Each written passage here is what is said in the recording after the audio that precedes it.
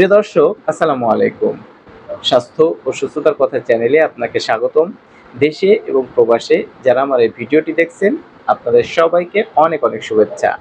আমি ডাক্তার মোহাম্মদ ইব্রাহিম খলিল বরাবরের মতো আপনাদের সামনে উপস্থিত হয়েছি। আজকে আলোচনা করব পুরুষদের যৌন দুর্বলতার ভিতরে সবথেকে কমন যেটি, সেটি হচ্ছে ইম্পটেন্সি, ধ্বজভঙ্গ, আরেকটি হচ্ছে ইরেকটাইল ডিসফাংশন বা পেনিসের উত্থানজনিত সমস্যা। বর্তমানে অধিকাংশ পুরুষই কিন্তু এই জাতীয় সমস্যায় আক্রান্ত। তাই এই জাতীয় সমস্যা কোনো পুরুষে দেখা দিলে সেটা কিভাবে সমাধান করা যায় সেই সম্পর্কে আজকের ভিডিওতে বিস্তারিতভাবে আলোচনা করব। পুরুষদের এই জাতীয় সমস্যা দূর করতে মাত্র ২টি ঔষধ নিয়ে আলোচনা করব, যে ঔষধগুলো সেবন করলে আপনার এই জাতীয় সমস্যা দূর হবেই ইনশাআল্লাহ। আমার পরামর্শে এই ওষুধগুলো সেবন করে অসংখ্য পুরুষ অনেক বেশি উপকৃত হয়েছেন। তাই আপনাকে অনুরোধ করব, ভিডিওটি না টেনে প্রথম থেকে শেষ পর্যন্ত মনোযোগ সহকারে দেখুন। তা না হলে কিন্তু ভিডিওটি আপনি সম্পূর্ণভাবে বুঝতে পারবেন না। পুরুষদের বিভিন্ন ধরনের যৌন দুর্বলতার সমস্যা দেখা দেয়, যেমন ইরেকটাইল ডিসফাংশন, পেনিসের উত্থানজনিত সমস্যা, ইম্পটেন্সি, ধ্বজভঙ্গ, প্রিম্যাচিউর ইজাকুলেশন, দ্রুত বীর্যপাত, স্পারমেটোরিয়া, ধাতু দুর্বলতা, স্বপ্নদোষ, প্রস্রাব বা পায়খানায় ধাতু ক্ষয় সহ আরও অনেক ধরনের যৌন দুর্বলতার সমস্যা দেখা যায়। কিন্তু আমি এই সব বিষয়গুলো নিয়ে আজকের ভিডিওতে আলোচনা করব না। আমি এই সমস্ত বিষয়গুলোর ভিতরে সবথেকে গুরুত্বপূর্ণ বা সবথেকে কমন যে দুটি, সেটি হচ্ছে ধ্বজভঙ্গ, আরেকটি হচ্ছে পেনিসের উত্থানজনিত সমস্যা। এই দুটি বিষয় নিয়ে আলোচনা করব এবং এই সমস্যা থেকে বের হওয়ার অত্যন্ত কার্যকরী মাত্র ২টি ঔষধ নিয়ে আলোচনা করব, যে ওষুধগুলো আপনি সেবন করে এই জাতীয় সমস্যা শতভাগ সমাধান করতে পারবেন। দর্শক, ইম্পটেন্সি বা ধ্বজভঙ্গ সাধারণত এটি হচ্ছে এমন যে একজন পুরুষের মনে অনেক যৌন ইচ্ছা থাকে বা আগ্রহ থাকে। সে তার পার্টনারের সাথে যৌন সম্পর্ক স্থাপন করতে গিয়ে বিভিন্নভাবে চেষ্টা করেও তার প্যানিসের উত্থান হয় না। প্যানিস সম্পূর্ণ শিথিল এবং নিস্তেজ হয়ে থাকে। প্রচণ্ড ইচ্ছা থাকা সত্ত্বেও যে সমস্ত পুরুষদের প্যানিস একদম অকেজো হয়ে গেছে, কোনো রকম উত্থান হয় না, সেই অবস্থাটাকে মূলত ইম্পটেন্সি বা ধ্বজভঙ্গের সমস্যা বলা হয়। এই ইম্পটেন্সি বা ধ্বজভঙ্গের আগের যে স্টেজ রয়েছে সেটাকে বলা হয় ইরেকটাইল ডিসফাংশন বা উত্থানজনিত সমস্যা। এই ইরেকটাইল ডিসফাংশনটা কেমন? সেটি হচ্ছে একজন পুরুষের ইচ্ছা আছে, প্যানিস সহবাসের সময় শক্ত হয় কিন্তু পরিপূর্ণ হয় না, অল্প পরিমাণে শক্ত হয়। যে পরিমাণ শক্ত হয় সেটা দেশের তৃপ্তি সহকারে যৌন সম্পর্ক স্থাপন করতে পারে না, কিংবা শক্ত হলেও দ্রুত নিস্তেজ হয়ে যায়।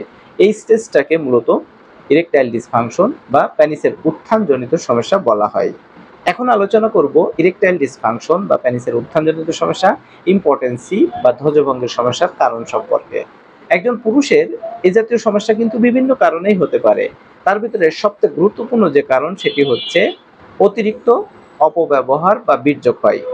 এই বীর্যক্ষয়টা একজন পুরুষ বিভিন্নভাবে করতে পারে। যেমন কেউ যদি যৌবনের শুরুতে প্রচুর পরিমাণ হস্তমৈথুন করতে থাকেন বা বিভিন্ন সময় অনেক পরিমাণ হস্তমৈথুন করতে থাকেন, সেই ক্ষেত্রে কিন্তু তার ইরেকটাইল ডিসফাংশন দেখা দিতে পারে। কখনো কখনো ইম্পটেন্সি বা ধ্বজভঙ্গের সমস্যাও দেখা দিতে পারে। এছাড়াও যে সমস্ত পুরুষদের অনেক বেশি স্বপ্নদোষ হয় কিংবা দীর্ঘদিন যাবৎ প্রস্রাব বা পায়খানায় ধাতু ক্ষয় হতে থাকে, সেই সমস্ত ক্ষেত্রেও কিন্তু ইরেকটাইল ডিসফাংশন অবস্থার ক্রনিক হয়ে গেলে তখন কিন্তু ইম্পটেন্সি বা ধ্বজভঙ্গের মতো সমস্যা দেখা যায়।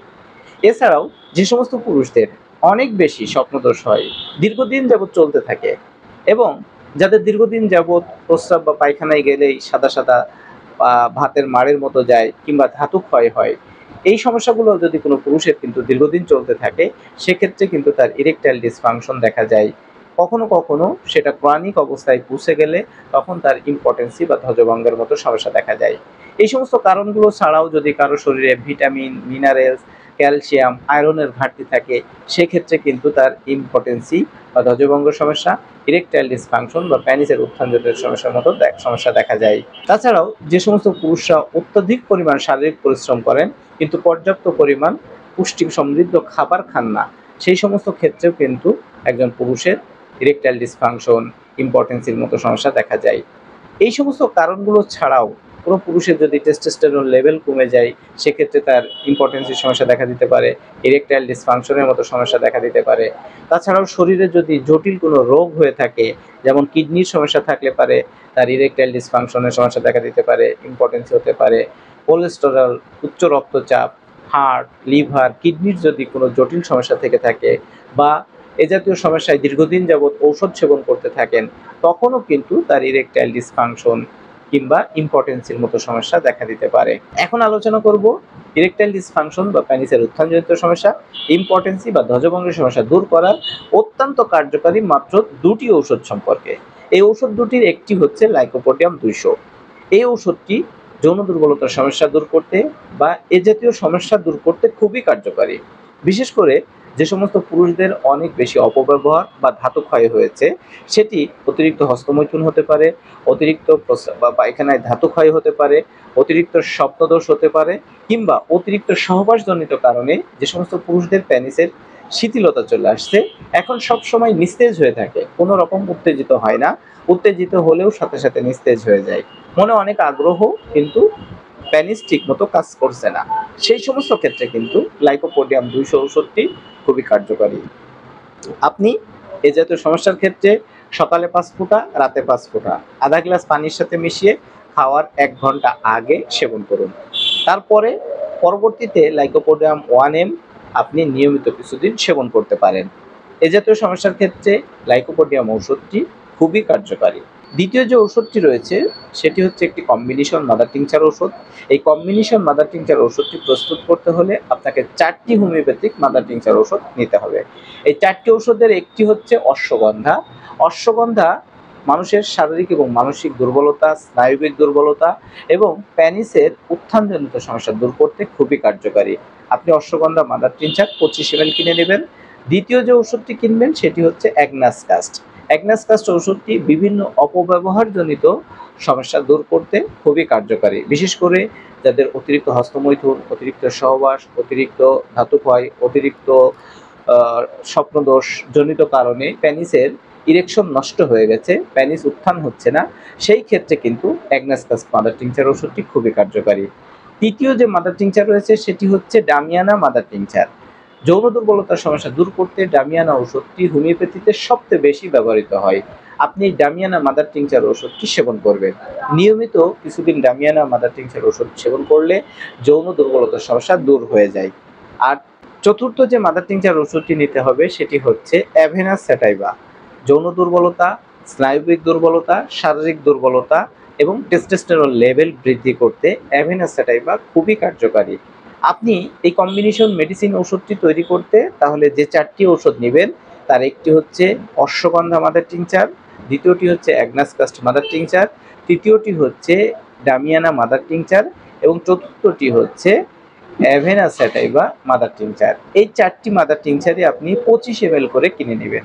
তারপরে একটা 100 ml খালি কাচের বোতলের ভিতরে 4টি ঔষধ মিশিয়ে তারপরে সেখান থেকে প্রত্যেকদিন সকালে 40 ফোঁটা, দুপুরে 40 ফোঁটা, রাতে 40 ফোঁটা 1 গ্লাস ঠান্ডা পানির সাথে মিশিয়ে খাওয়ার পরে সেবন করবেন।